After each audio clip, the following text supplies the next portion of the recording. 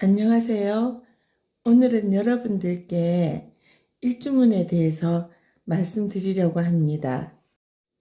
지금 보시는 일주문은 괴산에 있는 공림사라고 하는 절입니다.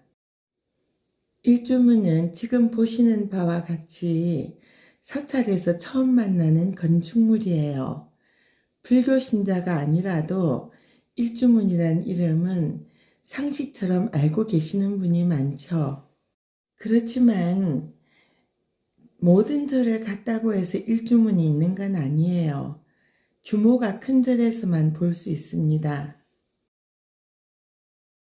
보통 건축물을 세울 때 기둥이 동서남북으로 4개를 세우는데 일주문의 경우에는 좌우에 1개씩 기둥을 세웠기 때문에 일주문이라고 합니다. 이런 건축 구조는 불교의 가르침을 상징적으로 표현한 것이에요. 그러므로 굉장히 깊은 뜻을 가지고 있습니다. 여러분들은 불교에서 자주 쓰는 말 일체유심조를 들어보셨을 거예요. 이 세상의 모든 것은 오직 마음이 만들어낸다는 뜻이죠.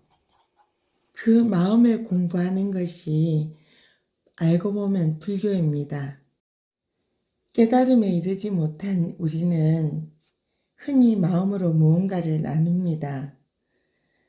현자다, 어리석은 사람이다, 선이다, 악이다, 또 아름답다거나 추하다거나 온갖 마음으로 분별을 하고 나눕니다. 그 나누는 마음을 옛 조사 스님들은 분별망상이라고 하셨습니다. 일주문은 그렇게 나누는 마음을 버리라는 뜻이에요. 불교 방송을 듣거나 어떤 책에서 부처와 중생이 둘이 아니라는 말을 많이 보게 됩니다. 그 말 속에는 불교의 근본 교리가 함축되어 있습니다. 절에서 일주문을 세운 뜻이기도 하고요. 부처님의 가르침 중에 가장 중요하고 모든 종교와 다를 수밖에 없는 교리, 모든 중생에게는, 모든 존재에게는 불성이 있다고 합니다.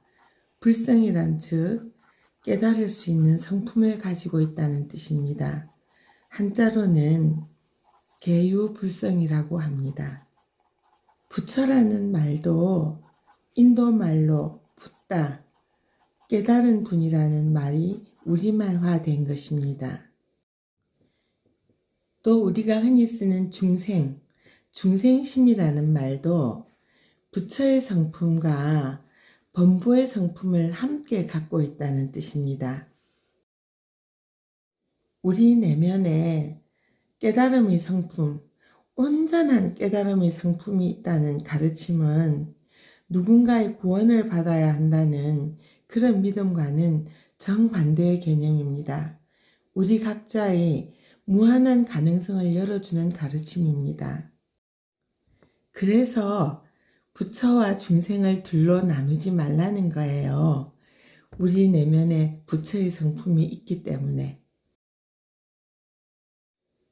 또 선과 악을, 아름다움과 추함을 나누지 말라는 말에도 깊은 뜻이 있습니다. 지금 비유를 하자니까 이 2가지를 말씀드렸지 수많은 나눔이 있죠. 사실 우리 내면에.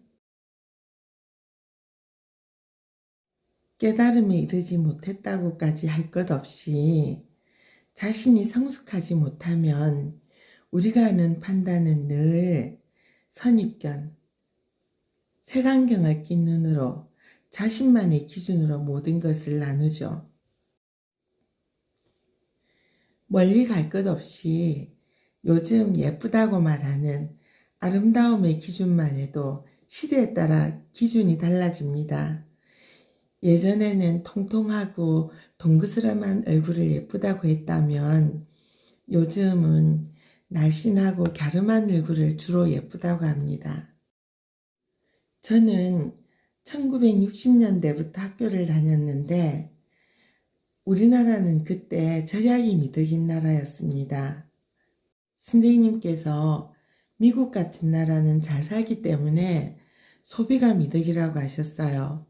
정말 이해할 수 없는 말씀이었어요.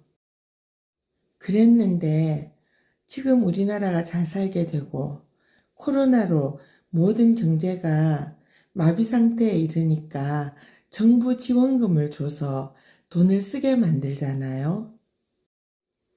제가 비우던 두 가지만 들어보시더라도 우리의 어떤 경직된 마음, 둘로 나누는 마음, 어느 것이 옳다 그르다고 정해두는 마음이 바로 분별망상이라는 걸 느끼셨을 거예요.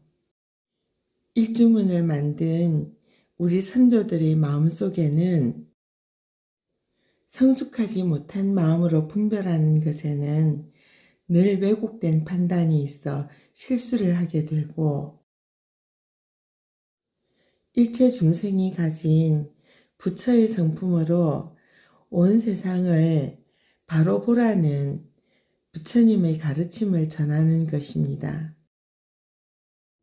이제 절에 가시면 일주문을 보시거든 꼭 그 밑으로 지나가 보세요. 옆에 차도가 있어서 저도 때로는 일주문을 보고도 못 지나갈 때가 있습니다. 그리고 부처님의 가르침, 불교의 근본 가르침, 계유불성을 생각해 보세요. 그러면 우리 내면 속에서 무한하게 커갈 수 있는 에너지를 느끼게 될 거예요. 그러면 이 세상을 사는데 얼마나 자신 있고 힘 있게 살 수 있게 될까요? 그리고 이번에 제가 일주문을 찍으러 다니면서 느낀 건데, 이제는 경제가 유복하게 돼서 일주문을 장엄하게 짓다 보니까 그 무게를 분산시키기 위해서 일주문 옆에 작은 기둥을 덧붙인 데가 많았어요. 그건 건축상을 좀 변화로 이해해 주세요.